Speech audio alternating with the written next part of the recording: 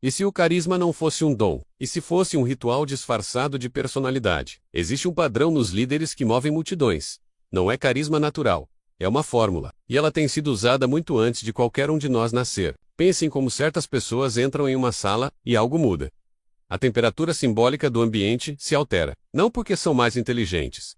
Não porque são mais bonitas, mas porque repetem algo, dizem algo de um jeito específico, ocupam o espaço de um modo que parece ensaiado, mas nunca parece artificial. Você já notou isso? Provavelmente sim. Só que nunca parou para perguntar por que isso acontece com tanta consistência. Líderes religiosos, líderes políticos, gurus de autoajuda, estruturas completamente diferentes. Resultado idêntico, lealdade profunda, quase inexplicável. Isso não é coincidência. É arquitetura. A psicologia do carisma tem sido estudada desde pelo menos o início do século XX, quando o sociólogo Max Weber identificou o que chamou de autoridade carismática.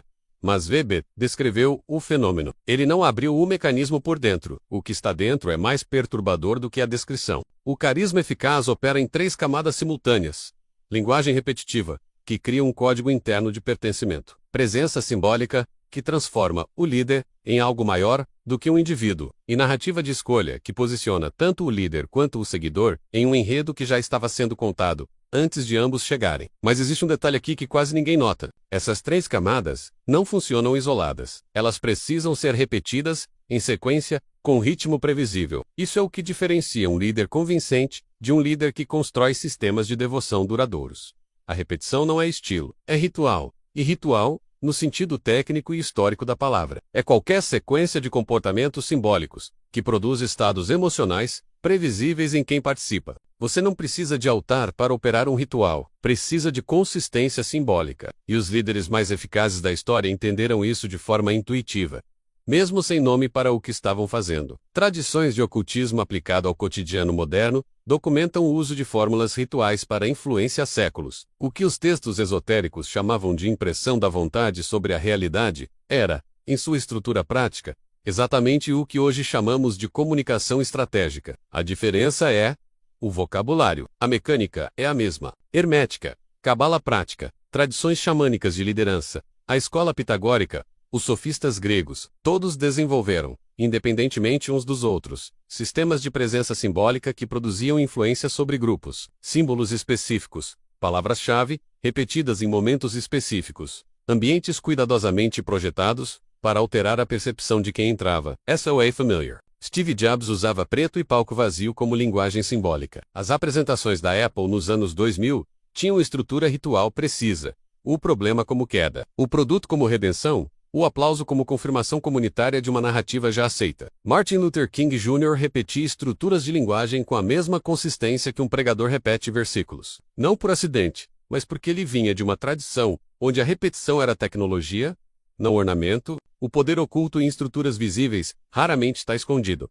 Está operando exatamente onde você pode ver, só que ninguém te ensinou a língua. Existe um elemento aqui que a maioria das análises de liderança ignora completamente: a função do símbolo pessoal. Todo líder carismático de impacto duradouro construiu um marcador simbólico que transcende sua aparência física. Um gesto, uma frase que se repete em contextos diferentes, um objeto, uma cor, um modo específico de pausar antes de responder. Esse marcador funciona como âncora psicológica, e o processo pelo qual ele se instala no inconsciente coletivo de um grupo é idêntico ao que tradições esotéricas antigas descreviam como sigilo ativo. Um símbolo pessoal repetido com consistência emocional suficiente começa a disparar estados internos nos seguidores antes mesmo de qualquer palavra ser dita. Se isso parece exagerado, pense em como você reage ao ouvir certos nomes, ao ver certos rostos. Antes da cognição, antes do julgamento consciente, algo já aconteceu. Isso é o sigilo operando. Você interagiu com ele durante toda a sua vida. Comente aqui qual líder você acha que usa essa fórmula com mais precisão.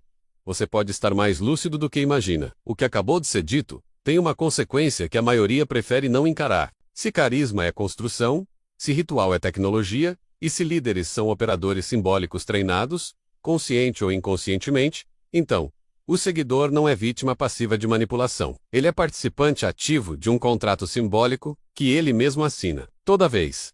Isso muda tudo. O controle simbólico invisível na vida real não é imposto de cima para baixo. Ele é co-criado. O líder oferece uma narrativa de identidade. O seguidor oferece a validação que mantém a narrativa viva.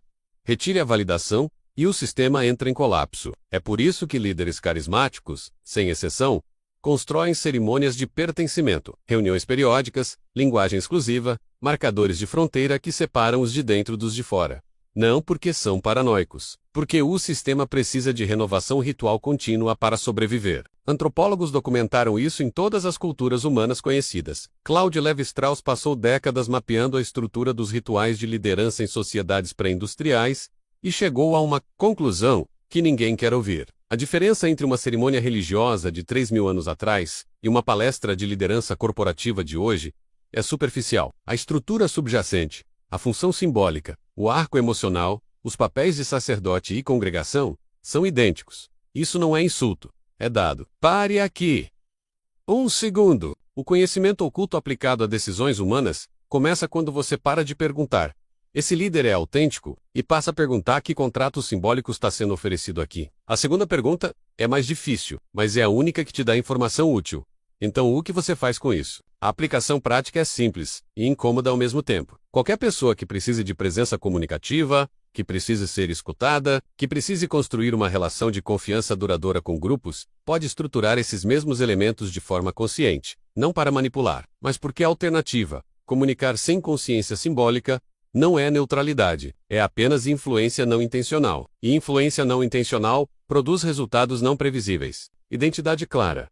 Símbolo pessoal consistente. Narrativa de pertencimento. Repetição ritual de mensagem-chave, em contextos emocionalmente carregados. Isso é o que separa um comunicador que as pessoas se lembram de um que as pessoas esqueceram 3 dias depois. Se isso está começando a parecer menos misterioso e mais mecânico, é porque é. E é exatamente aqui que a maioria das pessoas prefere parar de olhar. Porque é mais confortável acreditar que carisma é dom do que aceitar que é protocolo. Se esse tipo de análise está mudando a forma como você vê as pessoas ao seu redor, o like sustenta que esse trabalho continue existindo. Mas há uma última camada que transforma tudo isso em algo mais do que técnica de comunicação. Os sistemas de magia consciente, documentados em tradições que vão do hermetismo egípcio às práticas de visualização telêmica do início do século XX, tinham um princípio central. A vontade precisa ser ancorada em símbolo para operar no mundo externo. Você não pode querer algo de forma abstrata e esperar que o mundo reorganize seus padrões em resposta. Você precisa de uma forma, de uma linguagem, de um ritual que traduza intenção em presença perceptível. Líderes carismáticos, conscientes ou não, fazem exatamente isso. Eles traduzem intenção em linguagem simbólica que outros conseguem processar, abraçar e repetir. A narrativa invisível de poder construída ao longo da história de qualquer movimento começa não com um manifesto, mas com um gesto, uma frase, um momento em que alguém disse algo de um jeito que ninguém havia dito antes, e todos sentiram que aquela frase já estava esperando para existir. Isso é o que a tradição esotérica chama de palavra de poder, não no sentido de magia literal, mas no sentido de que certas combinações simbólicas, entregues com precisão ritual suficiente, reorganizam a percepção de quem as recebe de forma duradoura. As grandes religiões do mundo construíram esse mecanismo em escala. O marketing moderno o redescobriu sem saber o nome. A política contemporânea o usa sem entender a origem. E você o encontra toda vez que uma única frase, dita pela pessoa certa, no momento certo, do jeito certo, muda o que você acredita que é possível. A questão não é se essa fórmula existe. A questão é se você vai continuar sendo processado por ela, sem perceber, ou se vai aprender a reconhecer a estrutura enquanto ela acontece. Carisma não é dom.